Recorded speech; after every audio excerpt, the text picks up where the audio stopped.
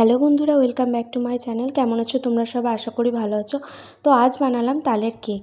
কম বেশি আমরা সবাই কেক খেতে ভালোবাসি, আর তালের অনেক খাবারই তো হয়। তো আজ সব কিছু খাবার বাদ দিয়ে বানালাম তালের কেক।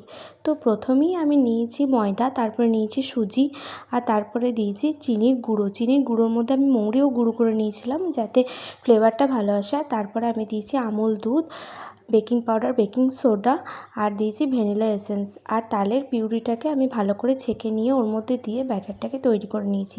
তারপরে ব্যাটারটা তৈরি করার মধ্যে আমি দিয়েছিলাম সাদা তেল। আর সাদা তেল দেওয়ার পরে আরও কিছুক্ষণ ব্যাটারটা রেডি করে নিয়ে একটা কন্টেনারের মধ্যে পেপার দিয়ে আমি এই তালের ব্যাটারটা আমি দিয়ে দিয়েছি। তো তারপরে আমি দিয়েছি ওপর থেকে কাজু ছড়িয়ে। তো ওটা দেওয়ার পরে আমি এটা ওটিজি ওভেনে রেডি করেছি।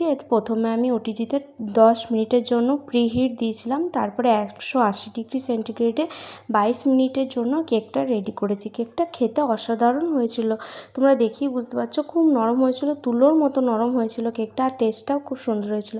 তো আমার ভিডিও যদি ভালো লাগে তো লাইক সাবস্ক্রাইব করো। বাই।